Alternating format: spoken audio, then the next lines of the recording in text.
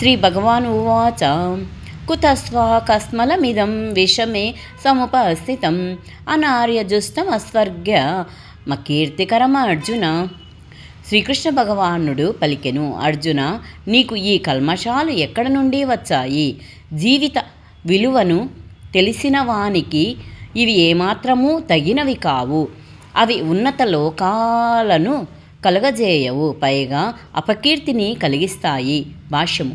శ్రీకృష్ణుడు భగవానుడు అభిన్నులు. అందుకే గీత అంతటా శ్రీకృష్ణుడు భగవానునిగా చెప్పబడ్డాడు. భగవంతుడు పరతత్వములో చరమాంశము.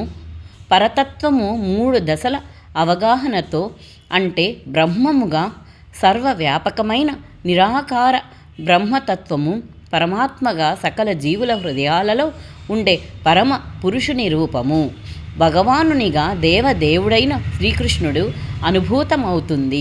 శ్రీమద్భాగవతములో ఈ పరతత్వ భావన ఈ విధంగా వివరింపబడింది. వదంతి తత్తత్వ విదంతత్వం యజ్ఞానమద్వయం బ్రహ్మేతి పరమాత్మేతి భగవానితి శబ్దమే.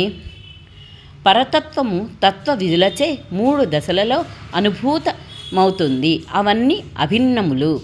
పరతత్వము ఆ దశలే బ్రహ్మము, పరమాత్మ, భగవానుడని తెలుపబడ్డాయి. ఈ 3 దివ్య రూపాలను సూర్యుని ఉపమానంతో వివరించవచ్చును. సూర్యునికి కూడా సూర్యకాంతి, సూర్యబింబము, సూర్యమండలము అనే 3 విభిన్న రూపాలు ఉన్నాయి. కేవలము సూర్యకాంతిని అధ్యయనం చేసేవాడు ప్రాథమిక విద్యార్థి.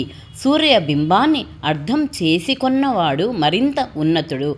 ఇక సూర్యమండలంలో ప్రవేశింపగలిగిన వాడు అత్యున్నతుడు.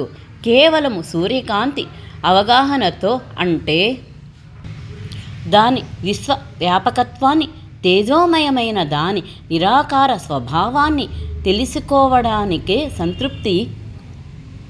తెలుసుకోవడంలో సంతృప్తి చెందే విద్యార్థులను పరతత్వపు బ్రహ్మానుభూతిని పొందిన వారితో పోల్చవచ్చును.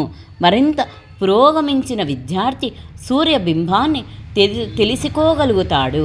అట్టి సూర్యబింబము పరతత్వపు పరమాత్మ జ్ఞానంతో పోల్చబడింది. ఇక సూర్య లోకంలోకి ప్రవేశించగలిగిన విద్యార్థి పరతత్వపు రూపలక్షణాలను అనుభూతము చేసుకొన్న వారితో పోల్చబడతాడు. అందుకే పరతత్వ అధ్యయనంలో నెలకొనిన విద్యార్థులందరూ ఒకే విషయ అధ్యయనంలో నెలకొనినప్పటికీ పరతత్వపు భగవానుడనే లక్షణాన్ని అనుభూతము చేసుకొన్నట్టి భక్తులే మహోన్నత ఆధ్యాత్మికులు. సూర్యకాంతి, సూర్యబింబము, సూర్యలోకంలోని కర్మలు అభిన్నములైన ఈ 3 వివిధ దశల విద్యార్థులు ఒకే తరగతికి చెందినవారు కారు. భగవానుడు అనే సంస్కృత పదము గొప్ప ప్రామాణికుడు.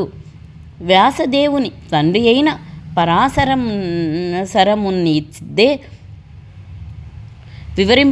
పరాశరమునిచ్చే వివరింపబడింది. సర్వ సంపదలు, సర్వశక్తి, సర్వ యశస్సు, సర్వ సౌందర్యము, సర్వ జ్ఞానము, సర్వ వైరాగ్యము కలిగిన పరమ పురుషుడే భగవంతుడని పిలువబడతాడు.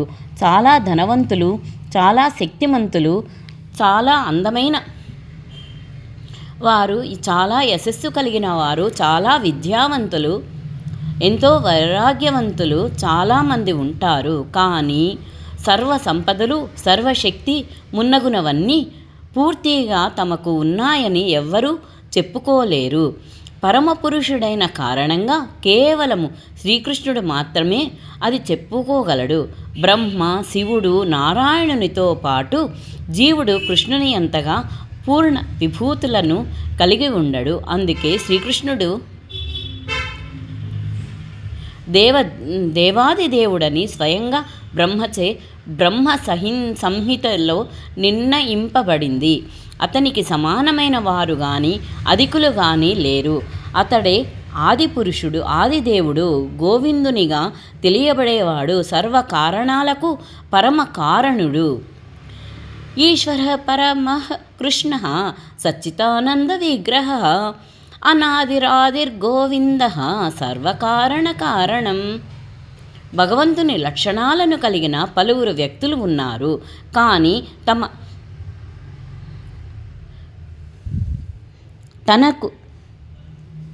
తనను మించినవాడు వేరొక్కడు లేనందున శ్రీకృష్ణుడిమే పరమపురుషుడు.